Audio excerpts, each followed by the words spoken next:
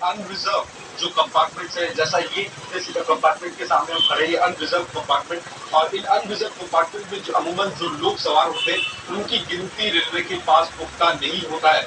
इसलिए इन इन जो कंपार्टमेंट्स है, यहाँ जो कैजुअलिटी फिगर यानी यहाँ लोगों की अगर मौत या फिर उनकी इंजरी होती है तो वो संख्या रेलवे के लिए जानना काफी ज्यादा मुश्किल होता है, लेकिन तमाम कोशिश इस समय रेलवे की तरफ से किया जा रहा है।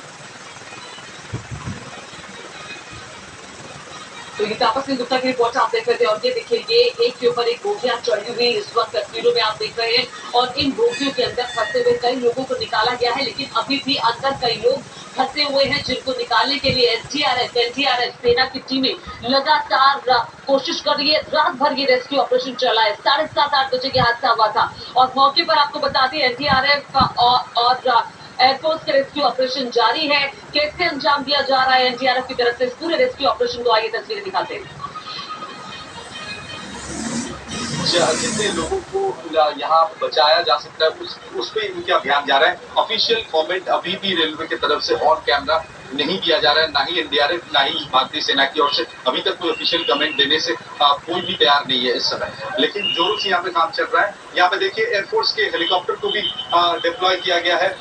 ये Mi-17 वेरिएंट 5 इंडियन एयरफोर्स का जो हेलीकॉप्टर है, इसे यहाँ पर कल रात से ही बोला गया था कि इंडियन एयरफोर्स को भी इस काम में उन्हें शामिल किया जा रहा है, क्योंकि उनकी तरफ से अगर साधु सामान ले जाना हो, अगर लोगों को कोई गंभीर रूप से घायल है उन्हें कहीं शिफ्ट करना हो, इसके अलावा भी लॉजिस्टिक्स मूवमेंट जो है वो इंडियन एयरफोर्स के इन हेलीकॉप्टर्स के द्वारा किया जा रहा है। तो कुल मिला के जो वॉर फुटिंग पर जो रेस्क्यू ऑपरेशन होता है वो रेस्क्यू ऑपरेशन इस समय हमें देखने को मिल रहा है।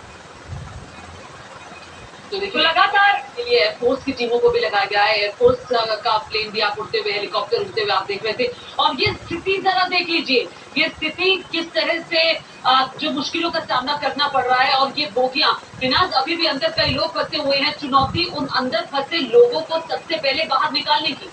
बिल्कुल ज्योति, और ये तस्वीरें दिखा रही है कि किस तरह से एक ट्रेन जो है वो दूसरे ट्रेन का जो बीच में बेस होता है ना, उसको जो ट्रेन का फर्श जिसे आप कह सकते हैं जो बेस होता है उसको चीरते हुए, यानी कि एक बोगी उसको चीरते हुए बाहर निकल गई है। तो जरा सोचिए कि कितना ज्यादा इम्पैक्ट रहा होगा। मधुरेंद्र हमारे साथ लगातार जुड़े हुए हैं।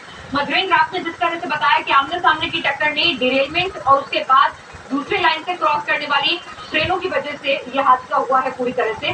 सबसे पहले डिरेल हुई है हावड़ा बैंगलोर एक्सप्रेस, उसके बाद डिरेल होकर वो दूसरे ट्रैक पर गई जिस ट्रैक से कोरमंडल एक्सप्रेस जो है वो गुजरनी थी, और उसने उसकी बोगियों से टक्कर खाकर वो डिरेल हुई। उसकी 18 बोगियां जो मालगाड़ी में जाकर टकराती हैं। लेकिन मधुमेह देखिए समझना चाह रहे हैं कि आमतौर पर ये ट्रेन शताब्दी राजधानी नहीं है, न वंदे भारत है, तो एक स्पीड लिमिट इनकी तय होती होगी।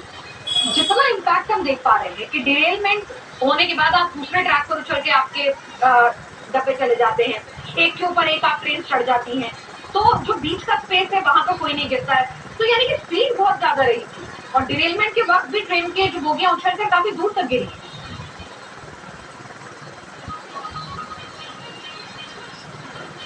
बिल्कुल, कोलिजन और स्पीड इन दोनों ने ही इस पूरे हादसे को डेडली बनाया है। जो व्यू है एरियल व्यू के जरिए हम देख रहे हैं कि किस तरह से दरअसल पूरे ही करीब 4 से 5 ट्रैक जो हैं वो इन 3 ट्रेनों के दुर्घटना के बीच जो है वो घिरे पड़े दिखाई दे रहे हैं। तो